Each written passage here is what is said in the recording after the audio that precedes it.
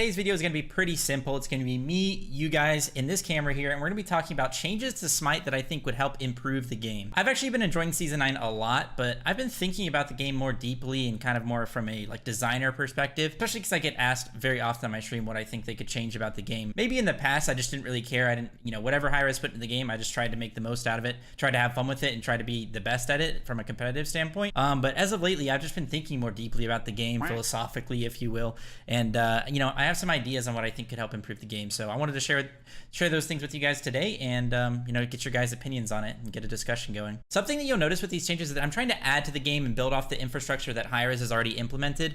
I'm not trying too hard to take things out of the game that I don't personally like. For example, the Invader's Curse. That's something that I'm not a big fan of, but I know that a lot of casual players enjoy it, and probably a lot of you guys out there are a fan of it just because you don't like having to deal with that frustrating aspect of the game. People invading you at the beginning of the game, especially in your random casual games where you don't, communicate with your teammates and stuff like that. I do think it makes the start stale and all that, but I'm not gonna suggest to remove stuff like that because it seems like Hi-Rez wants to keep going in that direction. So most of these changes are just gonna be things that I want to add to the game or kind of work off of. So the first thing I want to talk about is the Titan. I think the Titan is desperately in need of a buff. I think it's severely weak. I think it's part of the reason that most Smite Conquest games are ending at the 20-minute mark right now. I'd say there's an absolute point, probably 22, 23 minutes is the average time. But there's an absolute point where every game is ending at that point. And if it doesn't end right there, it might go on to be a 40-minute game. But most of the time, that's just because neither team really knows how to end because there's not that great of players. Or maybe there's 5 great players against 5 great players, but one team had a lead and they just snowballed. And, sometimes it goes past that, but it's very rare. But anyway, I just think the Titan really needs a buff. It's supposed to be this really, really powerful character in the lore and all that. And, thematically, it doesn't make sense that it's that weak. But I just think with all the power creep that's been in the game, with how strong gods are, items, and all that, it's just really easy to kill the Titan. Especially with your starter item upgrades. If you get to that point in the game, it becomes really easy. Like Boomba's, for example, procs on the Titan. Mannequin's mace procs on the Titan. And you can use abilities on it. So Bluestone Pendant procs on it and does a ton of damage to it. Obviously, you can't use abilities on Phoenixes and towers. And they've already taken a step in the right direction, in my opinion, by buffing the towers to make them a little bit stronger. I do believe that you are there to defend your structures and to defend your Titan. I don't think it's the other way around. They shouldn't be defending you. You shouldn't be able to sit under your tower and sit under your Titan and just turtle the entire game. But I do think it's a little bit too weak right now. And I think you could just make it more interesting. They kind of done that with the Fire Giant before, where they given it abilities and made it do stuff like that. I think you could do it with the Titan. Make it have an AoE, for example, or make it have some form of CC to make it just a little bit harder to actually end games. And maybe that will just increase the average conquest duration time by just a little bit, because I think it is way too short right now. It's basically the same time as an arena. So I do think the Titan really needs a buff. However they want to buff it or, add something interesting to its mechanics, they can do that. But I think on a basis, the Titan needs a buff. The second thing I want to talk about is actually an idea that I came up with to help solve the problem that I think that relics and glyphs have right now in Smite Conquest. I talked about it in a previous video, but it's pretty unlikely in every role besides support that you'll ever upgrade your relics or even get glyphs before your full build. Power spiking in Smite is very, very important. So whenever you have extra gold, you just spend it on your next item. Combine that with the fact that items are really strong right now. Relics and glyphs that were really OP in the PTS have been nerfed basically to balance or maybe even weak now. And the fact that every game ends in that 10 to 20 minute range makes it near impossible to ever really experience the value of these relics, and especially glyphs, especially if Hi-Rez is planning on adding more glyphs to the game and making them even stronger. So my idea to fix these things is to add a second currency to the game that you get in a similar way to how you get the flowers right now on the map, or the obelisk. So there'd be certain camps on the map that you would kill and you would get this second currency. Let's just call it a Chuck E. Cheese token. It doesn't really matter what it's called at this point. But you can only use this Chuck E. Cheese token to purchase relic upgrades or glyph upgrades. If you made it balanced so that each team can reliably get their own Chuck E. Cheese tokens so that they can get their relic upgrades, it's not just this snowball mechanic where one team's going to have all of their relic upgrades and the other team's going to have 0, then I think it would be a really good way to provide people with a definitive way to upgrade their relics and their glyphs in every single game. I think it's really confusing at all levels of play to know really when to upgrade your relics or your glyphs. I mean, I get asked all the time in my stream, when am I supposed to upgrade my relics and my glyphs? And the true answer is just do it at the end of the game when you have extra gold. And I'm just not a big fan of that. Another aspect of this change that you're probably wondering about right now is you're probably thinking, Fine, you handsome man. Won't this just contribute way more to Snowball? Because if you're able to get your relics in every single game upgraded, and you still have all the gold to upgrade your items, you know, get all of your tier 3 items and all that, won't games just end even faster now because you're going to have everything at 15 minutes into the game?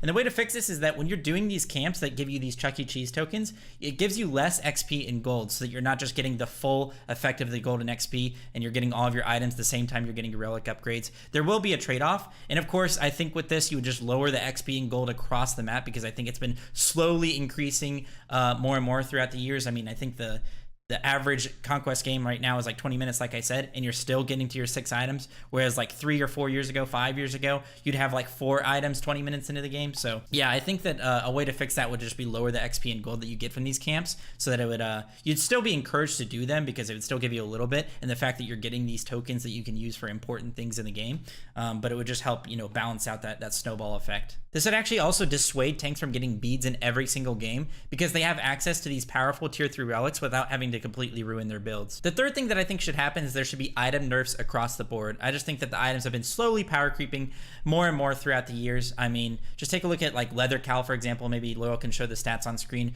right here.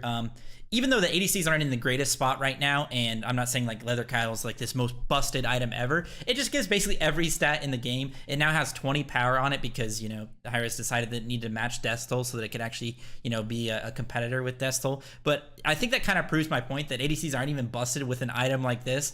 I just think that items have been power creeping slowly but surely. It's just a feeling that you have when you're playing Smite right now. You're not playing gods that are being complemented by items. You're playing gods as a vessel to build these really strong OP items. It's been like that in the past, and I'm not saying that this is necessarily a horrible thing for the game, because having really strong items is really fun because you can constantly change them. They can make the game spicy, and messing around with builds is probably one of the most fun things in Smite.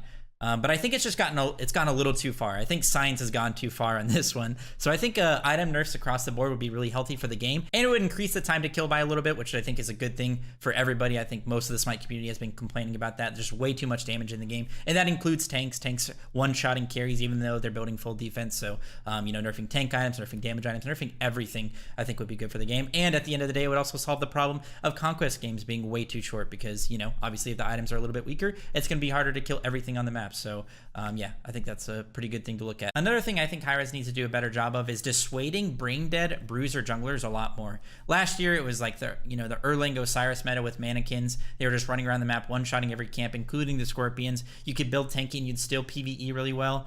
And it was just really unfun to play against. Nobody really enjoyed that meta, and despite the fact that they would one-shot you even with tank items. And you know, Gilga has been the problem lately. You know, Panatome just won a world championship with him. The god is insane. You can build the demon build where you go Boombas and just full tank with like the Shoguns and like Berserkers. Even now, it was Berserkers before. Berserkers is still good on him because it has, you know, it still has everything that he'd ever want, really, because you get enough damage from your Jotuns plus Boombas. So, you know, we're getting to specifics here, but basically I just think that they should be a little bit careful with adding these characters into the game that have so much CC combined with enough damage. I think you should have to choose, right? Like Gilga and Erlang both have way too much CC for how much damage they do, and there's really no downside to picking them. They can engage, they have enough CC to set up for their team, they have enough damage to kill the carries. You know, they're just so much stronger than these traditional like full damage assassins for the most part. So I think even though I think Gilga's an amazing god, one of the most fun gods ever added to Smite, I think Hi-Rez should just do a little bit better job being careful with adding these types of characters to Smite.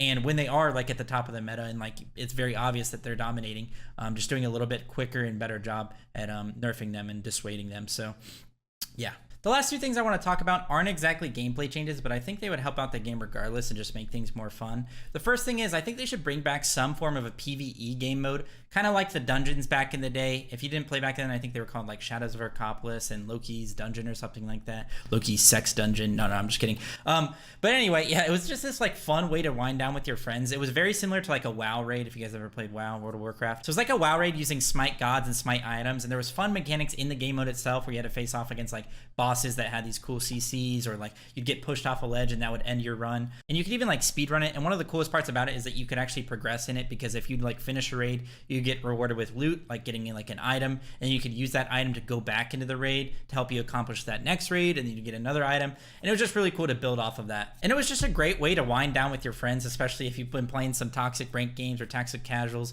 people yelling at you. You know, you can just go party up with 3 friends of yours, go into PvE, sit there and eat popcorn and not really have to worry too much. It's not really that stressful. And I know that Smite can be stressful for a lot of you, so it would just be a fun new way for a lot of people out there who never got to experience it to just play Smite. Even if it was just for like an event and it was only available for like a couple months or anything like that, I just think adding that type of content to Smite would be really nice. And the last thing I think Hi-Rez can do a much better job of is creating a much better drop system on Twitch specifically. Basically what I'm talking about is getting in-game rewards for watching Smite streams on Twitch. I'm not necessarily the biggest fan of this because I think it artificially increases numbers and, you know, gives you a lot of viewers that aren't actually interacting in chat, which could be kind of bad, especially when we're trying to put Smite back on the map. If you gave people a chance, albeit a very small one, a very slim chance, at getting really rare exclusive content in Smite just by watching their favorite content creators on Twitch and maybe even YouTube, I think it'd be really good overall marketing for the game. And let's say you combine this new and improved drop system with a really fun event that you add to Smite, such as a dungeon that we just talked about. Throw in some conquest changes, throw in some item changes, and maybe even a new god. I mean, I'm asking for a lot here. This would be a really big patch,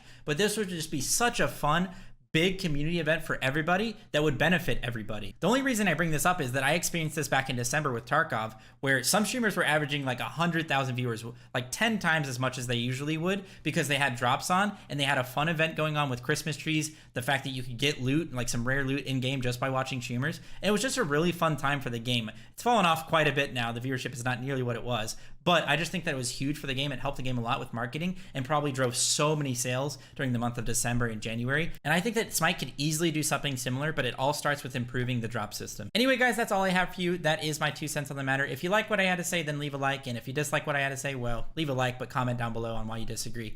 Let's get a discussion going. I read every single one of your comments, so, you know, maybe I don't respond to every single one or like every single one, because some things you guys comments are, whew, a little naughty. But anyway, yeah, let's get a discussion going. If you guys like this type of content where we sit here and just talk about stuff, you know, mano y mano, me, you, and the camera, then you know, let me know and I'll try and do more of it. So yeah, stay safe and healthy as always, guys. I'm gonna do that cringe YouTube thing that everybody does where they like push their hand towards the camera and it slowly fades out. Okay, let's do it. That was so smooth. I'm still here. Okay, bye. Bye, guys.